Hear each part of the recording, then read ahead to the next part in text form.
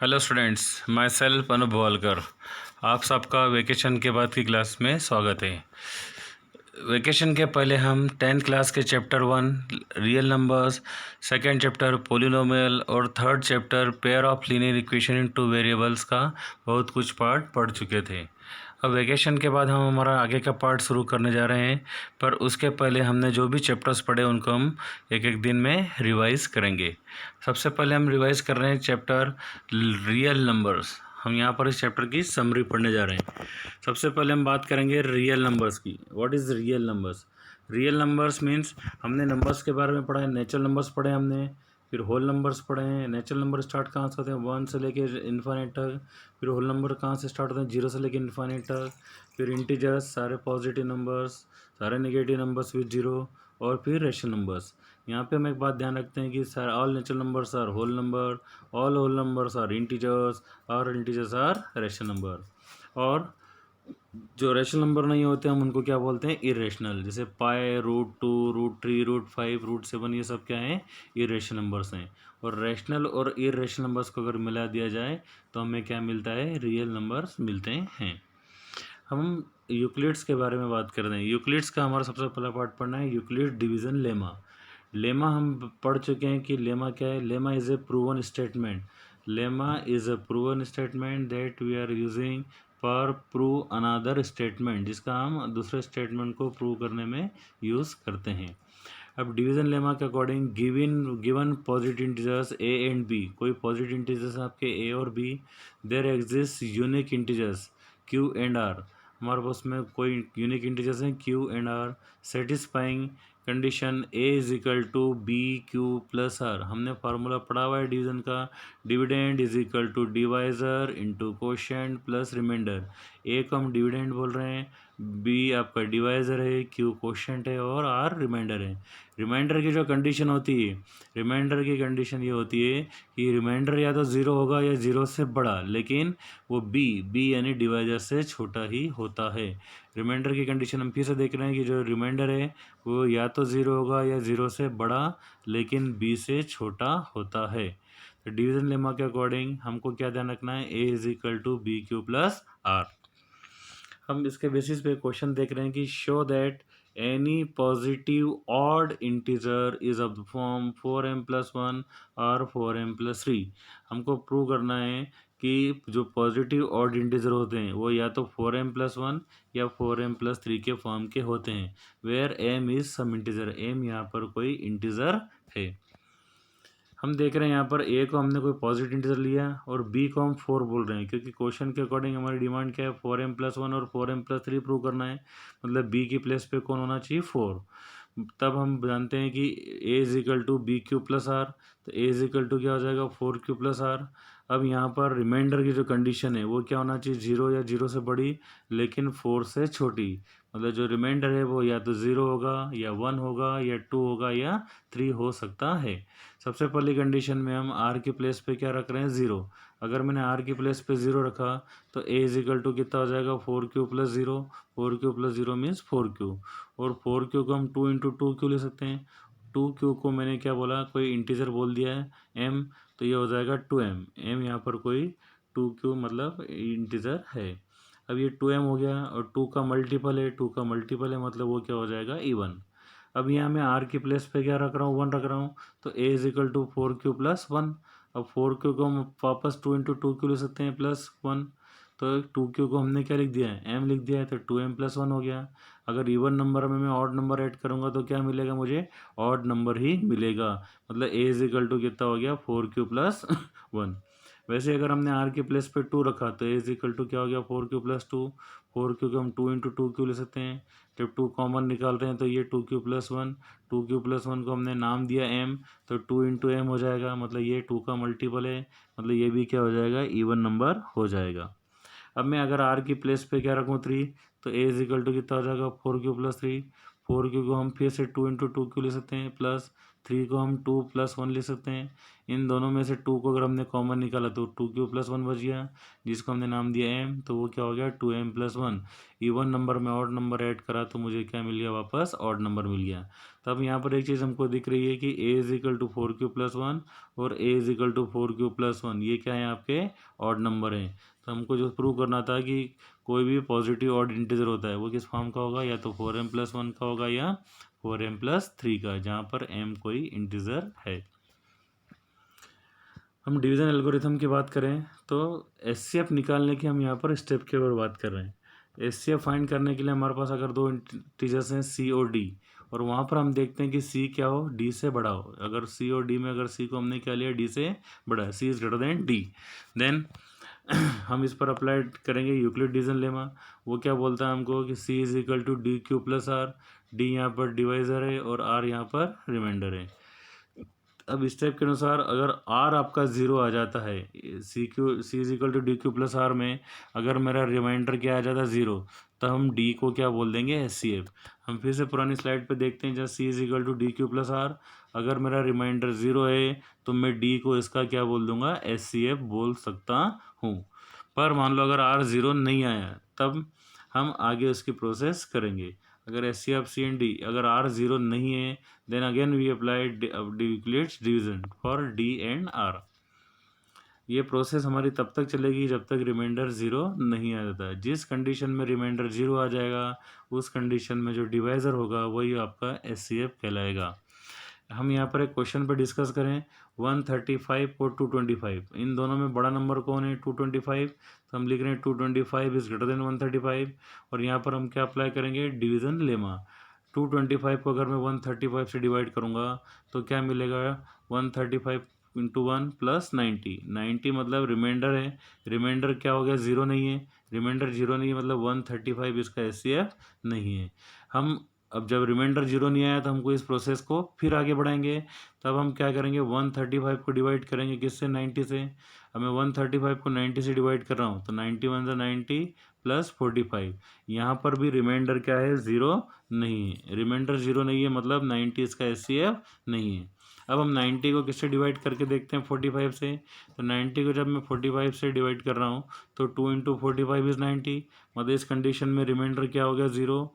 Reminder zero है, इसका मतलब 45 आपका क्या हो जाएगा, एचसीएफ हो जाएगा 135 एंड 225 का।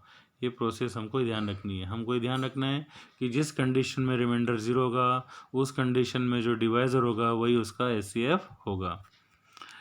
अब हम बात करें फंडामेंटल थ्योरम ऑफ अरिथमेटिक की। Fundamental theorem of arithmetic, fundamental theorem of arithmetic क्या बोलती है कि every composite number can be express as a product of primes. जो भी एवरी कंपोजिट नंबर है वो क्या होगा, हम उसको प्राइम नंबर के प्रोडक्ट के फॉर्म में लिख सकते हैं। Every composite number can be express as a product of primes and this factorization is unique. और वो फैक्टराइजेशन कैसा होगा, यूनिक। हम फिर से ध्यान रखेंगे फंडामेंटल थ्योरम ऑफ अरिथमेटिक क्या होता है, every composite number can be express as a product of prime, और ये फैक्टराइजेशन कैसा होगा, यूनिक होगा। हम यहाँ पर एक क्वेश्चन के थ्रू समझ रहे हैं कि check whether 6n can end with the digit 0 for any natural number n। Natural number क्या दिया हमको n, और हमसे पूछा गया है कि चेक करें आप कि 6n can end with the digit 0, वो 0 डिजिट के साथ एंड हो सकता है क्या। तो एक बात हमेशा ध्यान रखनी है कि अगर कोई भी नंबर डिजिट 0 के साथ एंड हो रहा है मतलब वो किससे डिविजिबल होना चाहिए, 10 से। If any number and with digit 0 it should be divisible by 10, वो 10 से डिविजिबल होना चाहिए। It must be divisible by 2 and 5, मतलब 10 से डिविजिबल मतलब 2 और 5 दोनों से डिविजिबल होना चाहिए। पर हम प्राइम फैक्टराइजेशन आप 6 की बात करें तो 6 के प्राइम फैक्टर्स क्या होते हैं, 2 और 3, और 2 और 3 में 5 इंक्लूड नहीं है। तो by the uniqueness of fundamental theorem it not contain 5, यहाँ पर 5 नहीं आ रहा है, इसका मतलब ये कि 6n is not divisible by 5 and 6n can not and with the digit 0। एक और क्वेश्चन पे हम बात करें फंडामेंटल थ्योरम के, तो हमको बताना है कि 7 इंटू 11 इंटू 13 प्लस 13 ये आपका कंपोजिट नंबर है। अब हमने फंडामेंटल थ्योरम पढ़ी है कि every composite number can be express as a product of primes. तो हमने यहाँ पर क्या किया है, 7 इंटू 11 इंटू 13 प्लस 13 में से 13 को हमने कॉमन निकाला, तो यहाँ पर क्या बच गया 7 इंटू 11, यहाँ 13 के मल्टीपल में कुछ नहीं था मीन्स 1, प्लस 77 प्लस 1 इज 78। तो 13 इंटू 78 और 13 और 78 के फैक्टर्स क्या होंगे 13 इंटू 13। तो ये प्राइम नंबर तो नहीं है, तो इसका मतलब क्या हो गया, इसके फैक्टर्स कैसे हैं, प्राइम नंबर्स में दिख रहे हैं। तो 13 इंटू 6 और 6 को भी हम 2 इंटू 3 की फॉर्म में ले सकते हैं। तो every composite number can be express as a product of primes. जो भी कंपोजिट नंबर होता है उनको हम प्राइम नंबर के प्राइम नंबर्स के फॉर्म में लिख सकते हैं। Now prime factorization method, factorization method आपने पढ़ी है, और प्राइम फैक्टराइजेशन मेथड में हमने एक फार्मूला देख रहे हैं कि दो नंबर से मेरे ए और बी, अगर उन दोनों का मैं क्या निकालूँ एचसीएफ, और उन्हीं दोनों नंबर का एलसीएम निकालें, तो उन दोनों नंबर का एचसीएफ और एलसीएम का जो प्रोडक्ट होगा वो दोनों नंबर के प्रोडक्ट के इक्वल होगा। अगर कोई दो नंबर है उनका एचसीएफ और उन दोनों नंबर का एलसीएम निकालें तो वो दोनों नंबर के प्रोडक्ट के इक्वल होगा। कुछ थ्योरम्स हम डिस्कस करें, तो सबसे पहले थ्योरम हम पढ़ रहे हैं, let p be a prime number. P को हम क्या बोल रहे हैं, कोई प्राइम नंबर बोल रहे हैं। अगर पी ए स्क्वायर को डिवाइड करता है तो पी ए को भी डिवाइड करेगा। Let p be a prime number if p divides a square then p divides a. अगर पी ए स्क्वायर को डिवाइड करता है तो पी ए को भी डिवाइड करेगा। यहाँ पर ए कोई पॉजिटिव इंटीजर है। अब रूट ट्री ये सब क्या है आपके इरेशनल नंबर। हमको ये थ्योरम का यूज़ करना है इनको इरेशनल नंबर बताने में। रूट 2 हुआ, रूट 3, रूट 5, रूट 7 ये सब क्या है इरेशनल नंबर, और इनको इरेशनल नंबर प्रूव करना है। यहाँ पर हम एग्जांपल देख रहे हैं कि रूट 5 इरेशनल नंबर है, ये आपको प्रूव करना है। Prove that root 5 is a irrational number. इस टाइप के क्वेश्चन को सॉल्व करने के लिए हम कॉन्ट्राडिक्टरी मेथड का यूज़ करते हैं। कॉन्ट्राडिक्टरी मेथड यूज़ मतलब कि हमें जो प्रूव करना है उसके हम अपोजिट सपोज करते हैं। जैसे मुझे रूट 5 को क्या प्रूव करना है, इरेशनल नंबर, तो मैं सपोज कर रहा हूँ कि रूट 5 क्या है, रेशनल नंबर। फिर हम जब इसको मेथड से सॉल्व करेंगे तो हम बता पाएंगे कि ये रेशनल नंबर नहीं है, और रेशनल नंबर नहीं है मतलब क्या है, इरेशनल नंबर। तो हम यहाँ पर रूट 5 को क्या सपोज करते हैं, रेशनल नंबर है, मतलब ए अपॉन बी के फॉर्म में ले लिया। ए और बी आपके कोई को प्राइम इंटीजर्स हैं and b is not equal to 0। यहाँ सबसे पहले हम बात करेंगे को प्राइम की। को प्राइम मतलब जिन नंबर का एचसीएफ एक के अलावा कुछ नहीं है, सिंगल नंबर 1 के अलावा कुछ नहीं आना चाहिए, तो उसको हम क्या बोलेंगे, को प्राइम। और b is not equal to 0 rational number की कंडीशन है कि denominator should not be equal to 0। अब root 5 upon is equal to a upon b को हम क्या करें, रूट हटाने के लिए स्क्वायरिंग बोथ साइड किया, तो रूट 5 का स्क्वायर क्या हो गया 5 a square upon B square. अब यहाँ पर मैं बी स्क्वायर को जब इक्वल में ले जाऊँगा तो क्या हो जाएगा, a square is equal to 5 b square, जो ये शो करता है कि a square is divisible by 5। A square किससे डिविजिबल है, 5 से, और ए किससे डिविजिबल है, 5 से। A square is divisible by 5 and a is divisible by 5। हमने थ्योरम पढ़ी थी, उस थ्योरम के अकॉर्डिंग अगर कोई प्राइम नंबर है वो ए स्क्वायर को डिवाइड करता है तो वही प्राइम नंबर ए को भी डिवाइड करेगा। अब मैं सपोज कर लेता हूँ ए इज इक्वल टू 5c। मुझे यहाँ रूट 5 कोई रेशनल नंबर प्रूव करना है, तो मैंने इसको 5c प्रूव सपोज किया। अगर मुझे रूट 2 प्रूव करना होता तो मैं यहाँ पर क्या सपोज करता, 2c।